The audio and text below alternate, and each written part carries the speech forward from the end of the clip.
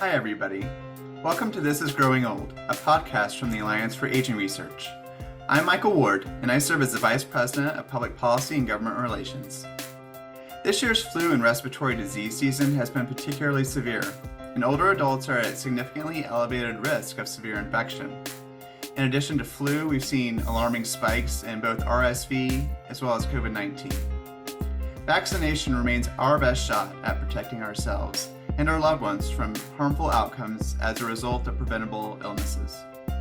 However, many Americans have difficulty accessing critical vaccines and treatments, though, as a result of the coalition-based work of today's guest, Medicare beneficiaries now face fewer financial obstacles to vaccination. I'm joined today by Abby Bownas, patient advocate and co-manager of the Adult Vaccine Access Coalition, known as AVAC. AVAC represents an incredible group of organizations and advocates that are working on legislative and regulatory policies that improve access to and utilization of vaccines among older adults and aging adults. In today's podcast, we'll discuss the importance of vaccination and what AVAC is doing to support our most vulnerable communities this flu season. Abby, thank you for joining us. Thank you. Glad to be here. All right, well, let's just jump into it. Can you tell us a little bit more about where we are with adult vaccination this season and how AVAC is addressing barriers to adult immunization? Absolutely. So as you mentioned, the Adult Vaccine Access Coalition, we're over 70 members strong, made out of patient groups, provider groups. We have vaccine makers at our table, as well as a lot of the specialty companies that work on supporting the immunization infrastructure. And we came together back in 2015 because we knew adult vaccine rates were not where they could and should be. So even before the pandemic, we really were thinking about how we could make improvements to adult vaccination. We work on a number of different areas that really focus on improving access, quality measures, and immunization infrastructure, such as immunization data. And there really have been a number of different barriers that have been longstanding to some of the reason why our adult rates aren't where they could and should be. We especially see discrepancies in who's getting vaccinated when it comes to low-income communities. And so we really want to be thinking about how to reach people where they are and make sure that we're providing access for immunization. Some of that's been done over COVID, and we can talk about that more. But when we look at the barriers to vaccinations, there's a number of different things. So coordination among healthcare providers. A lot of times older adults see a lot of different providers, and how are they talking to each other to make sure, who should be getting which vaccines. The data systems, they're different in every state and locality. So there's things we can be doing to be improving immunization data along the way. There's general knowledge about which vaccines are right for you, or even some skepticism or questions that people often have on, getting vaccinated and what that actually means. So trying to really think about how to improve those conversations. And then there's financial barriers. Up until very recently, which we'll talk about, there's been cost affiliated with just some vaccines, and that's really been a barrier to people getting access and receiving those vaccines. And so that's something we'll talk more about today, and I'm excited to talk about that. But then there's some other just state and federal barriers on how vaccines are tracked between state to state. I mean, I live in Virginia, but work in DC. And so how do people know cross lines, especially when we're in communities that really do cross borders about getting vaccinated? And so then I think the last thing I would just mention on the barriers front is really about just missed opportunities. Like, how can we all work together to make sure that every time you're visiting a provider, they're making strong recommendations for vaccines? We'd love to see that happen. And so we have a lot of work to do on opportunity-wise on the policy front to try to improve adult immunizations. And I think AVAC is just thrilled to have the Alliance as a partner in this work in moving it forward. Yeah, I think that's exactly right. I mean, there's, I think fortunately, in recent years, there's been expansion of the types and places where you can, receive a vaccination. But, to the point you brought up, there's so many ways that these things are connected, and that, does the provider that you're seeing today know that you may have received a vaccine 3 months ago for something that they may recommend for you, due to your age or other comorbidities that you may have. And so I think that's really important. And I think, I will say anecdotally, I will say, among the Medicare population, so for the over 65 and older, as well as individuals that have a disability that are on Medicare. Um, anecdotally, I've heard from a lot of folks that, in the past, that it's actually been, they faced a pretty significant financial barrier in the Medicare program to vaccination, that it was more expensive when they're in Medicare to receive some vaccinations than it was when, before they were on Medicare and a private insurance program. So kind of counterintuitive, but, some folks had actual, challenges just in wanting to receive vaccination due to the cost involved. So there has been a recent change in that. The Inflation Reduction Act passed last year in August and included a number of great provisions that help address some of those financial issues. So could you share a little bit more about those reforms and what they mean for the aging population? Yeah, absolutely. So the bill that passed and was signed into law back in August, the Inflation Reduction Act, was a very big legislative vehicle. But inside that, there were two things that were near and dear to the Adult Vaccine Access Coalition and the work that we do. And those were things that will close those gaps around financial barriers in both Medicare, Part D, and Medicaid. And as you mentioned, Michael, I think the history there is there's just been a discrepancy in how vaccines get covered across the board. So in our, if you have private insurance and you're under 65, all vaccines are covered for no cost for if they're recommended by the CDC. And when it comes to Medicare, there were actually a couple of vaccines that had previously been written into statute one at a time. So for the flu vaccine or the pneumococcal vaccine, there was no cost involved. And so as you're listening to this, you may be thinking, well, I didn't have to pay for my vaccine. Those vaccines are covered under Medicare Part B, as in boy. But then there were vaccines that are what we call newer. They're not necessarily new anymore, but since 2005, vaccines that have automatically gone into the prescription drug benefit, Medicare Part D, had some cost sharing involved, and it depended on what plan you had. So there were some plans that had no cost. There were other plans where sometimes there were very high costs associated with a vaccine. And if you were going to get a vaccine, shingles, for example, it's a 2-dose vaccine. That could be really cost prohibitive when you go to get that vaccine and you find out how much the cost is. So maybe you were willing to get your flu and your pneumococcal, but you'd hold off on your shingles vaccine for a little while. So now what we've actually done through this legislation that was passed is the Center for Medicare will be offering vaccines, whether they're in B or D, at no cost to the beneficiary. So you individuals can go and get any recommended vaccine if your doctor or if you're at the pharmacy and they suggest that you go get vaccinated, there should be no cost involved. And that should really help us to boost immunization rates in Medicare. So we're really excited about that. Similarly, there's a second provision that does something very similar in the Medicaid program. And this is interesting because it's state by state. Medicaid's a state program. And so across the country, there were different things happening for vaccination coverage. And so what this bill really does is it says, for when it comes to vaccines, no matter what state you're in, those recommended vaccines that the CDC says that you should be getting will be covered, and that there'll be no cost involved. So that's really exciting too. And what our hope is, by implementing those provisions and you add in kind of the programs that we have both in childhood and private marketplace, and you add in Medicare and Medicaid, we should be boosting coverage and access to about 90% of adults. And so we're really excited. I didn't mean to say adults, but adults and children, but we should be able to get that coverage rates way up, which is an exciting place to be shooting for right now. Yeah, I think it kind of goes back to the whole policy of an ounce of prevention is worth a pound of cure, and certainly, vaccines are really a critical part of our core medical infrastructure, making sure that people are healthy at all ages. And so, I know that the AVAC and AVAC's members have been working for years on the provisions that you talked about and getting them passed into law.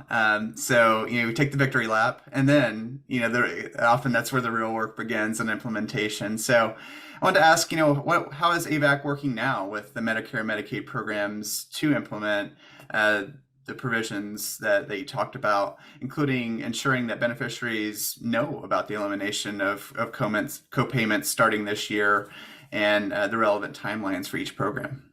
Absolutely. So the Medicare piece, it's already happened. We're so excited about this. So that went into effect in January. So any older adult that goes to get their vaccines that are Part D vaccines, whether it's shingles or Tdap, they can go to the pharmacy or to their doctor's office and get those vaccines now. That went into effect January 1st. So Center for Medicare did a lot of the pre-work leading up to that between August and January, making sure they were talking about it to the beneficiaries, to individuals and patients. They were talking about it with the providers. And so that everybody should be ready to go on that. It's already been implemented. The Medicaid program is on a different timeline. That will start to happen in October 2023. So now is a really important time, I think, to be talking both with the Center for Medicaid on kind of what they're going to be releasing in terms of guidance and information, but also, starting to work with our friends and partners and states on kind of what this means for them and how they can start to get everything ready to have that come into effect next year. And so it's actually not that far away. We're really excited about that. And so, what AVAC's doing as a coalition is just making sure that the information that comes out, that we're sharing that and making sure that, both patients and providers, that everybody's aware of things as we know it so that they can help plan as well. Okay.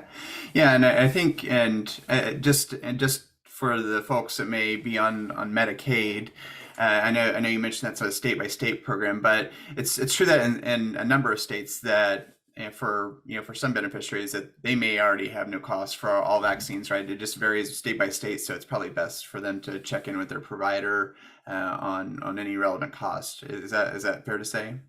That's right. It's a great idea to check in. And you probably can have that conversation with your providers who probably know state by state. I think there were about 14 states that have vaccines with no co-payment whatsoever. I think there's an additional, I want to say 24. Sorry if I don't have my numbers exactly right. That also have kind of arrangements for coverage. And so there are different levels of what's being offered right now.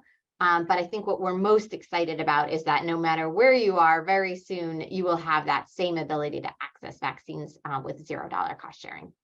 So free vaccines, which is what's important. Yes, absolutely. And I think that's very important, kind of, this year, especially. I mentioned, at the beginning that we've been hearing a lot about the triple demic of flu, RSV, and COVID-19 over the last few months. So could you just share a little bit about what vaccines older adults in particular should be thinking about and considering in order to protect themselves during this cold and flu season? Yeah, we certainly have been hearing a lot. The rates have just been so high for all three of those things. Luckily, we have vaccines for flu and COVID-19. Those are readily available and certainly are being recommended to older adults. RSV, just to note, they're working on a vaccine. I think there's multiple candidates, and so they're really close. So that could be something that we will have a vaccine for in the near future. And I think that's really what's so amazing about adult vaccinations is I think we're really at the cusp of seeing some new innovations coming in terms of what will be available in the future for us. But I think overall, like to your point, there really are over a dozen adult vaccines that are out there. And this gets to one of those other barriers of people not necessarily knowing what vaccines are recommended. And so that's something you can talk to your provider about, whether you're in the doctor's office or visiting a pharmacy setting or a public health setting. You can have those conversations about which vaccines are right for you. A lot of these vaccines will help prevent or help prevent spreading of serious disease. And I think this is important, especially when we have this conversation about reaching older adults, because as we do age, our immune systems can get weaker. And so it's all the more important to be receiving recommended vaccines. So there are, I think we talked about, flu, and we certainly talked about COVID. There's pneumococcal. There's a shingles vaccine out there. There's Tdap, which helps with whooping cough. For any of you that have grandbabies, that's really important, not only to protect yourself, but the little ones around you. And hepatitis B. Recently, I think it was last year, the CDC's Advisory Committee for Immunization Practice actually made some updates to different recommendations. So pneumococcal was one of the ones that they were looking at. Hepatitis B was another, where they really were thinking about kind of broadening out which vaccines people should get. So again, I would recommend you talk to your provider about which vaccines are right for you, and make sure that of that list of all those vaccines that you're up to date as recommended.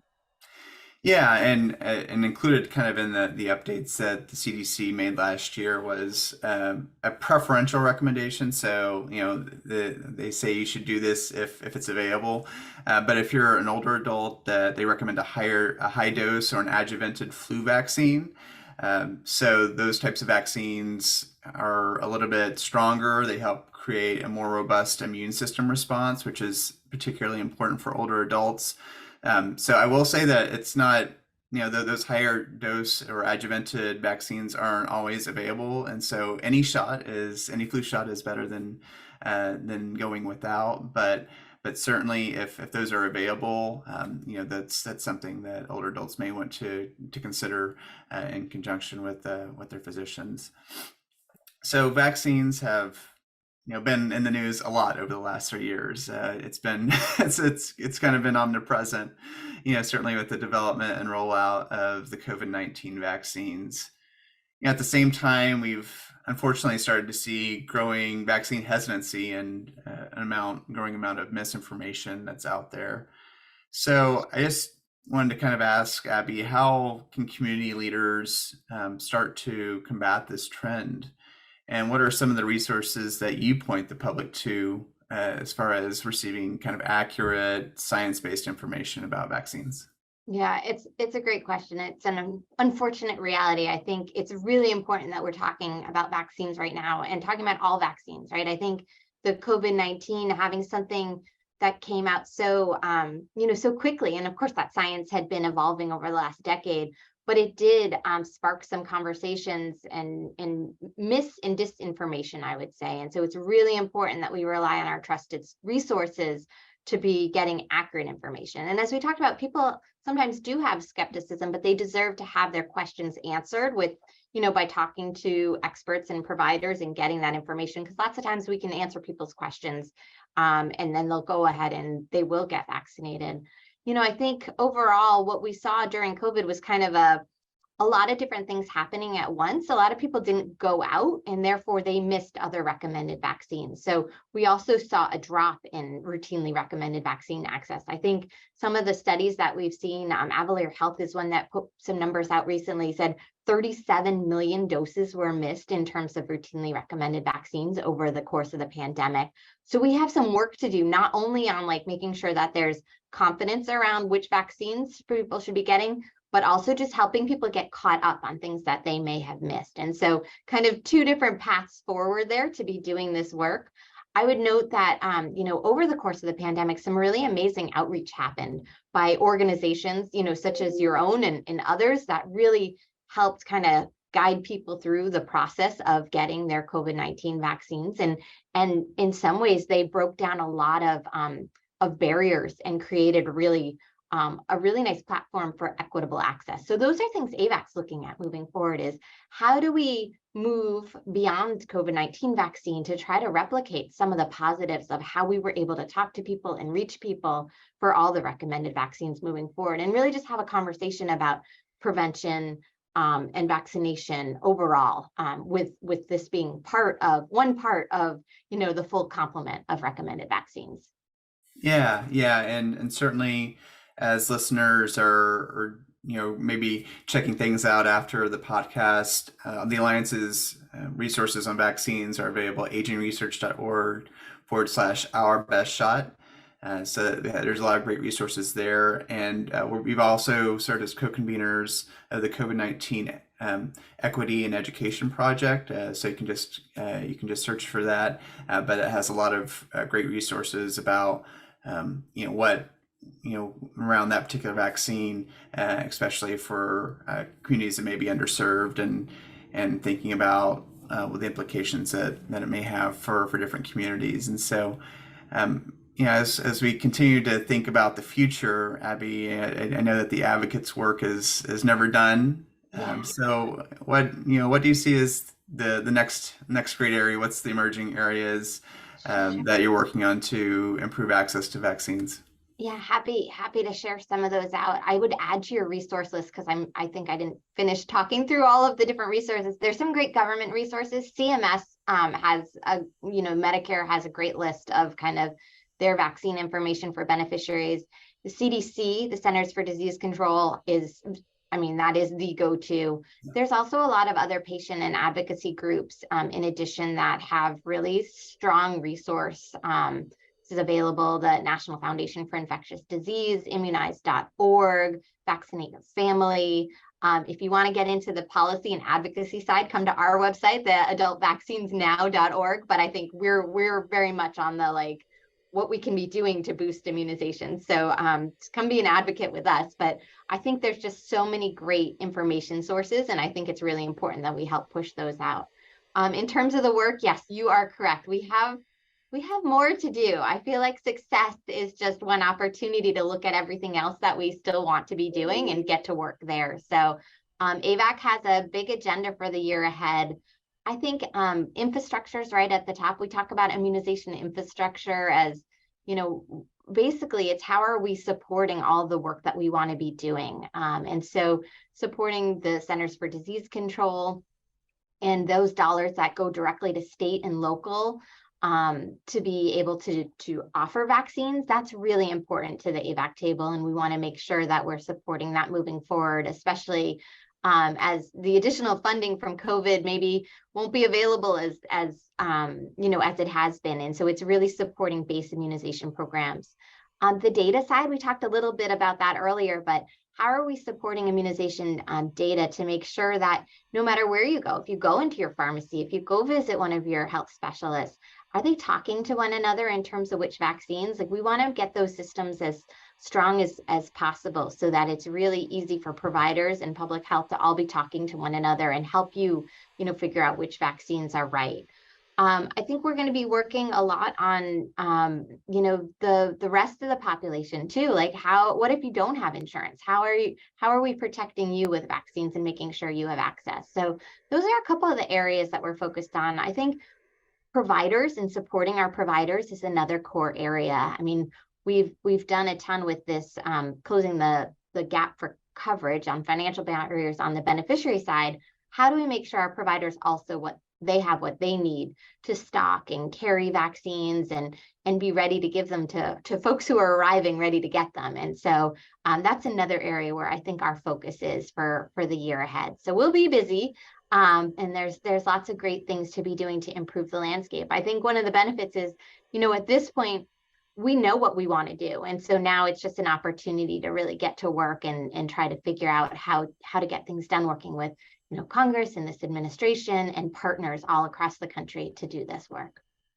Yeah, and I think I'll just, I know AVAC's done such great work in this area, but there's also been a number of flexibilities that have enabled, more providers, as you mentioned, to provide vaccines during the pandemic. And some of those are tied to, the public health, the announcement of the public health emergency. And so I know that the AVAC is working in that area to make sure that, providers, no matter where they are, can continue to provide those types of vaccines moving forward. And so that's an important issue, especially, we're thinking about older adults, thinking about nursing homes and in areas where, folks may be living in closer contact with one another. That certainly vaccine is important for everyone, but certainly in those settings it's of even greater importance. So I couldn't agree more. It feels like the long-term care network, the things that were accomplished during COVID is something that I think it's one of those areas that we have eyes on. That's one of the ones we want to replicate. Like, how do we do that for other vaccines as well? Because the community and being able to reach people in long-term care facilities, that was really important part of the COVID-19 campaign for vaccines. And it feels like it's a long-standing opportunity. I think when we look at kind of the PHE, the public health emergency, and it coming to an end, there's a number of different things that we want to look at and say, like, okay, well, maybe it won't be continuing under the public health emergency, but how do we work to see that those things can continue? Because they really did broaden access for immunization. And so that's one of them.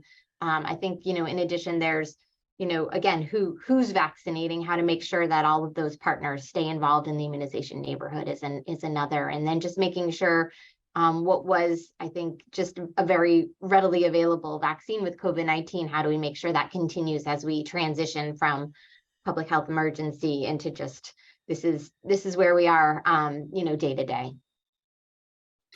Absolutely. And as we come to a close today, Abby, I'll start the question that we ask every podcast guest, which is, what has surprised you most about growing older? Which was, I think, it's interesting. I think we get different answers based on where each person is, in the spectrum of the aging journey that they're on. And so I guess I just ask, how has aging to this point in life differed kind of from what you may have expected? But I don't age. Timeless. Timeless, of course.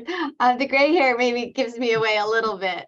But it's such a great question. It's one I've been trying to think a little bit, because it's so interesting. It's like I see those around me aging, but I don't always see myself aging. So I think it's all in the eye of the beholder. But certainly one thing as I've learned working with AVAC is that vaccination is key to healthy aging, and the things that we do in our 40s, and they can actually contribute to being healthier as we, go into our 50s and 60s and 70s and beyond. And so it's really a great opportunity for all of us to be thinking about what those recommendations are for, keeping ourselves healthy with, I guess, preventative health overall now, so that we can really be living our best lives as we do continue down that aging spectrum.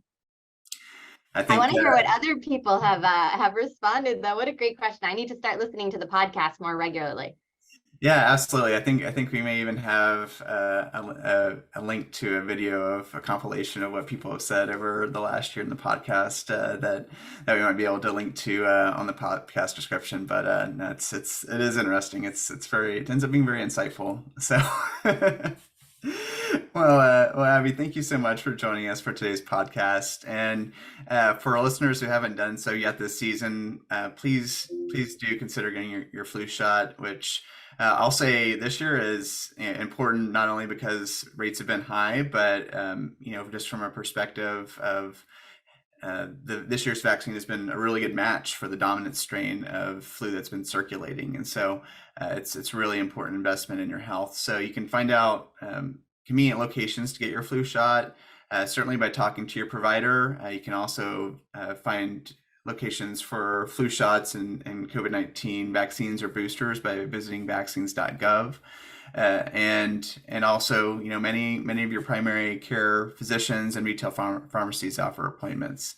And no cost for that vaccine, right, Michael? Yes, exactly. Which we're so excited that, like I said, it's coming. It's here for Medicare for all recommended vaccines now. So it's so important to check into that and make sure that you're up to date with all the vaccines that are appropriate for where you're at for each individual.